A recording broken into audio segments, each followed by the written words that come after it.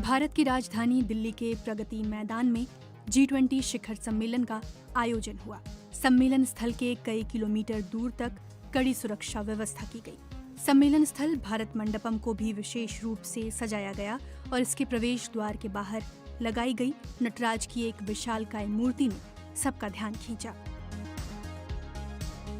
27 foot ऊंची नटराज की इस मूर्ति को तमिलनाडु के मूर्तिकारों ने बनाया है। इस मूर्ति की सबसे बड़ी विशेषता है कि इसे अष्टधातु सोना, चांदी, तांबा, जस्ता, टिन, लोहा, पारा और सीसा के साथ कावेरी नदी से निकाली गई मिट्टी से बनाया गया है। दूसरी खास बात है कि इसे उसी परिवार के वंशजों ने बनाया है जिस परिवार ने मध्य युग में चोल राजवंश के दौरान तंजावुर के बृहदेश्वर मंदिर में विश्व प्रसिद्ध नटराज मूर्ति बनाई थी। देवसेना स्थापति के परिवार में चोल राजवंश के काल से ही मूर्ति बनाने की परंपरा रही है। उनके 3 बेटे राधाकृष्ण स्थापति, श्रीकंठ स्थापति और स्वामीनाथ स्थापति ने इस नटराज मूर्ति को बनाया है। उनके पूर्वजों ने तंजावुर के बृहदेश्वर मंदिर के निर्माण में सहयोग किया था। बाद में मूर्ति स्थापित करने के लिए यह परिवार दारासुरम और स्वामी मलाई गया और फिर स्वामी मलाई में ही बस गया। तब से ये परिवार मूर्ति बनाने के काम में लग गया और पिछली 34 पीढ़ियों से मूर्ति गढ़ने के काम में लगा हुआ है। नटराज मूर्ति बनाने वाले 3 भाइयों के पिता देवसेना स्थापति को राष्ट्रीय पुरस्कार मिल चुका है। स्वामी मलाई की मूर्तियों की एक खासियत है इनके निर्माण में कावेरी नदी की खास सिल्ट मिट्टी का इस्तेमाल। यही कारण है कि यहाँ की 5 लोहा कांस्य मूर्तियों को जियोग्राफिकल इंडिकेशन मिल चुका है। 3 मूर्तिकार भाइयों में से श्रीकंठ स्थापित कहते हैं, कावेरी नदी जब तंजावुर की ओर मुड़ती है तो एक खास जगह ये सिल्ट मिलती है जो मूर्तियां बनाने के लिए सबसे अच्छी होती हैं। स्वामी मलाई में बनने वाली अधिकांश मूर्तियों में इसका इस्तेमाल होता है।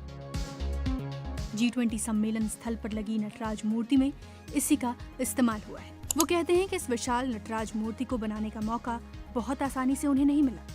उन्होंने बताया कि केंद्रीय संस्कृति मंत्रालय के तहत आने वाले Indira Gandhi national centre for arts ने इसके लिए आवेदन आमंत्रित किया था, जिसमें ये शर्त भी थी कि वही आवेदन कर सकते हैं जिन्होंने 5 सालों में 300 मूर्तियां बनाई है और GST की रसीद भी संलग्न कर दी थी। इसके अलावा शर्त ये थी कि कॉन्ट्रैक्टर ने 10 फुट से ऊंची कम से कम 10 मूर्तियां बनाई हों। इस कॉन्ट्रैक्ट को पाने के लिए इन भाइयों को कड़े मुकाबले का सामना करना पड़ा। जब तक उन्हें ये अनुबंध मिल नहीं गया, उन्हें भरोसा नहीं था कि ये मौका उनके हाथ लगेगा। आखिरकार ये अनुबंध उनकी मूर्ति कला gallery Swami Malai Devasena Sthapati sons and Shri Jayam industries को मिला। 27 फुट की नटराज मूर्ति को बनाने में 7 महीने लगे, जिनमें 3 महीने मोम के सैंपल बनाने में लग गए। मशहूर शास्त्रीय नर्तक पद्मा सुब्रमण्यम और सोनल मानसिंह ने इस मोम के सैंपल की जांच की और कुछ सुधारों के सुझाव दिए। इसके बाद मूर्ति ने अंतिम आकार लिया। 3 मंदिरों में नटराज की मूर्तियों की विशेषताओं पर इस मूर्ति को डिजाइन किया गया। ये मंदिर हैं तंजावुर बृहदेश्वर मंदिर, चिदम्बरम नटराज मंदिर और कोनेरी राजापुरम मंदिर।